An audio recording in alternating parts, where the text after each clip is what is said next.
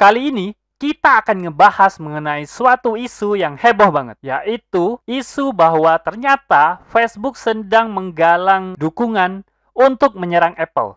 Nah, benarkah isu ini? Penasaran? Yuk, mari simak info ini selengkapnya dalam video kali ini.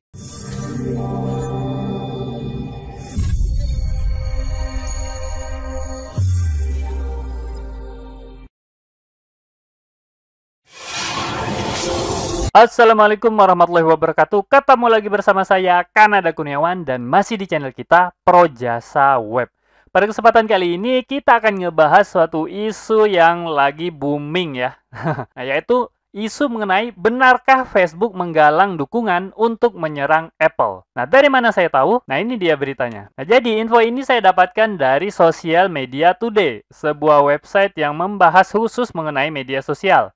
Nah, teman-teman dapat lihat bahwa ternyata tanggal publish-nya itu tanggal 16 Desember. Jadi baru kemarin ya. Dari judulnya aja teman-teman udah bisa mengetahui bahwa Facebook berencana ingin melakukan penyerangan terhadap Apple terkait data tracking. Nah, apa sih sebenarnya ini? Nah, kan belum jelas banget ya kalau kita baca judulnya. Nah, yuk mari kita simak secara lebih dalam. Pada paragraf pertama ini ternyata berkaitan dengan perubahan pada iOS versi 14. Oke, mari kita bahas lebih dalam mengenai IDFA ini, atau kebijakan data tracking yang diterapkan oleh Apple. Nah, oke, sekarang kita bahas apa itu IDFA. Nah, IDFA itu adalah kependekan dari Identifier for Advertiser. IDFA ini penting karena merupakan alat yang akurat untuk melacak pengguna iOS. Nah, tapi pengguna bisa memilih untuk dilacak atau tidak ingin dilacak. Nah, ini masalahnya ya.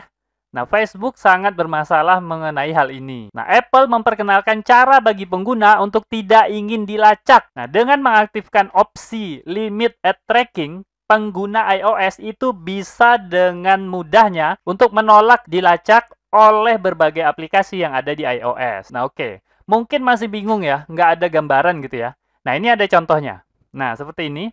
Ini kalau di iOS, kalau ada aplikasi yang ingin melacak para pengguna iOS, maka aplikasi itu diwajibkan untuk membuat pemberitahuan yang seperti ini. Nah, bayangin aja ya, kalau teman-teman pakai iOS, kemudian tiba-tiba ada pemberitahuan seperti ini, kemudian dibaca, itu kan ngeri banget ya. Kemungkinan besar kalau orang udah menemukan notifikasi seperti ini, kemungkinan besar bakal tidak mengizinkan untuk di-tracking ya. Kemungkinan besar, ini menurut saya. Nah, begitu juga menurut Facebook. Nah, oleh karena itu, hal ini bisa berdampak buruk pada Facebook. Nah, karena dampak buruknya ini, Facebook betul-betul dengan serius berusaha menggalang berbagai dukungan untuk menentang kebijakan ini. Nah, salah satunya seperti ini. Nah, bayangin teman-teman, Facebook sampai membuat iklan offline di berbagai surat kabar di Amerika Serikat. The New York Times, kemudian The Wall Street Journal, sampai Washington Post. Facebook bikin iklan untuk surat kabar secara offline. Bayangin ya. Waduh, ini luar biasa banget. Nggak hanya itu, Facebook juga membuat berbagai usaha yang lain. Nah, ini salah satunya. Facebook sampai buat halaman khusus untuk menggalang dukungan dari berbagai UMKM. Nah, teman-teman bisa akses melalui URL ini ya, facebook.com/business/Apple iOS 14 pickup for the small business. Bahkan Facebook juga merilis beberapa artikel yang khusus didedikasikan untuk gerakan ini. Mungkin masih belum kebayang apa dampak kebijakan Apple iOS 14 ini buat Facebook. Nah, yuk sekarang mari kita simak ya, poin demi poinnya. Nah, apa efek update iOS 14? Yang pertama itu adalah kebijakan Apple dapat membatasi kemampuan Anda. Ini saya ambil langsung dari Facebook ya. Kemampuan Anda dalam menggunakan data Anda sendiri untuk menampilkan iklan yang dipersonalisasi kepada orang-orang yang kemungkinan besar tertarik dengan bisnis teman-teman. Nah, ini efek yang pertama. Kemudian efek yang kedua, sekarang itu ada 44% bisnis kecil atau UMKM yang beralih ke iklan yang dipersonalisasi untuk beradaptasi dengan wabah COVID-19. Nah, menurut Facebook, pembaharuan ini atau update iOS 14 ini betul-betul akan merugikan bisnis kecil atau UMKM. Nah, teman-teman juga bisa akses secara lebih detail mengenai efeknya ini pada URL berikut ini. Sama ya, URL-nya seperti tadi. Nah, ternyata efeknya nggak hanya itu. Ada efek lain, yaitu kebijakan iOS 14 ini mengharuskan aplikasi untuk menampilkan permintaan pengumpulan atau berbagi informasi. Data ini penting untuk iklan yang dipersonalisasi. Tadi yang udah ditunjukin ya. Jadi harus ada pemberitahuan bahwa aplikasi itu akan mengumpulkan data pengguna iOS. Nah, misalnya si pengguna iOS ini buka Facebook, nah, maka akan muncul tuh pemberitahuan bahwa Facebook itu mengumpulkan data pengguna. Nah, bagaimana kalau teman-teman menghadapi hal seperti itu? Tentu kemungkinan besar bakal ngeklik nggak boleh gitu ya. Nggak pengen datanya dikumpulin. Nah, begitu juga menurut Facebook. Selain itu, pengiklan mungkin tidak dapat menghitung konversi secara efektif untuk pengguna iOS, merusak kemampuan pengiklan untuk memahami nilai iklan untuk bisnis mereka. Nah, ini bisa fatal banget. Hampir 100% sepertinya ya. Kalau kita menggunakan Facebook, itu konversinya itu berada pada aplikasi Facebook. Dengan kebijakan update iOS ini, konversi yang dilakukan itu nggak dapat di-tracking karena Facebook bakal dilarang untuk mengumpulkan data tersebut. Tapi ingat ya teman-teman, itu hanya untuk pengguna iOS. Nah, jadi buat yang pengguna Android, itu jadi nggak termasuk dalam golongan ini. Oke, yang ketiga, mereka juga tidak dapat menargetkan atau mengkecualikan iklan untuk menyisihkan dari individu berdasarkan keterlibatan di situs web atau aplikasi, menyebabkan orang-orang tersebut melihat iklan yang berpotensi kurang relevan bagi mereka. Ini betul-betul pukulan berat pada platform periklanan Facebook, karena dengan tidak bisanya Facebook mengambil data dari iOS, maka Facebook betul-betul hampir menjalankan periklanan yang dipersonalisasi itu hampir seperti buta gitu ya. Bahkan menghitung konversi pun bisa menjadi tidak efektif. Nah, ini bisa jadi masalah banget ya. Buat teman-teman yang pakai Facebook, tentu bakal merasakan efeknya. Nah, khususnya untuk market yang menggunakan iOS. Nah, sumbernya sama seperti yang sudah disebutkan sebelumnya. Nah, lewat halaman ini juga, yang di bawah ini ya, Facebook ingin menggalang dukungan buat teman-teman ya. Tapi sepertinya khusus buat orang Amerika Serikat ya, dukungannya. Untuk menyerang Apple, agar Apple mengurungkan niatnya menerapkan kebijakan tersebut. Oke. Sampai di sini kita pahami bahwa Facebook berpotensi akan mendapatkan masalah yang sangat besar pada media periklanannya, khususnya pada target market yang menggunakan iOS. Nah, sekarang bagaimana dengan Google? Google merupakan alternatif ya buat Facebook gitu ya. Nah, kalau nggak bisa beriklan di Facebook, tentu alternatifnya adalah beriklan di Google gitu ya.